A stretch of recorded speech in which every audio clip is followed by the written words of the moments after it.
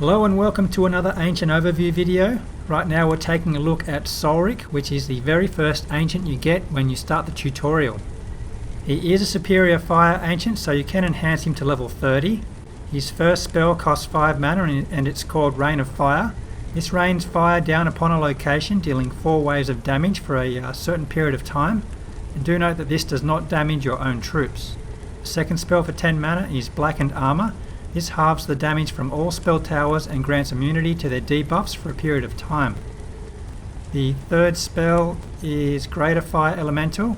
This summons 1 Greater Fire Elemental and it ignores the deploy zone restrictions. I'll show you some examples of that shortly. The last icon on the right is the spell tower ability, which is called Flame Bolt. This deals damage in an area. Affected units then burn for an additional amount of damage over 3 seconds. So let's check out some replays to see these spells in action. This first attack is by a stronghold level 5, so it shows just how effective Sulric can be at lower stronghold levels. I will mostly be using the Rain of Fire, but I will use the second and third spell later on. So the tactic here will be to gather enough mana to drop Rain of Fire enough times to hopefully take down that catapult next to the stronghold. It has quite a big radius there, so it's hard to get close to it. I do only have 3 squads here, so it is quite difficult. I'm using the dragon to snipe some of these troop portals. They're worth the most mana. So I'm going to try and build up at least 15 mana here to start dropping this Rain of Fire. You can drop the spells one at a time, or you can spam all 3 in one go. They will do the right amount of damage. So I have 10 mana so far. I'll speed this up since it does take the dragon quite a while to take down buildings. I have 10 mana so far. As you can see, this spell has a small radius. I did carefully drop it over the catapult as well as the spell tower and the gold smelters. These level 5 gold smelters do have low health, so as you can see I've done quite a lot of damage already. Just one more drop on those and I should be able to create a hole next to the catapult. So I do have enough mana now. Dropping it one more time on that catapult and smelter, and as you can see the smelter will drop. Now the next problem is that spell tower. I will be sweeping the dragon to distract the spell tower, and then I'll quickly drop my troops inside that hole where the gold smelter was, and they'll quickly take down that catapult without any damage at all since they are inside the blind spot. So the spell tower didn't hit me at all. I can drop all of my troops in there now. Now I'm going to have 10 mana in a second, so I will drop the second spell, which will halve the damage from the spell tower, as well as negate that additional 3 seconds of damage that it does. And lastly, I drop the Greater Fire Elemental right on top of that watchtower. So as you can see, it ignores the deploy zones, and you can drop it anywhere. And do note that I did drop it right on top of that watchtower, which is a blind spot as well. It cannot attack me at all. So as you can see, Sulric's very effective at low level strongholds. So let's check out a higher level stronghold now to see how well it copes. This is a stronghold 15, level 30 Sulric of course. I have 6 troop portals. The goal here is to gain the 10 mana so I can use the Blackened Armor. I'm just getting some outside buildings here. As you can see, there's a lot of spell towers around the stronghold. Very difficult to get to. And I'm just going to spread all of my troops around. Just before the spell towers hit my troops, I'm going to drop that Blackened Armor.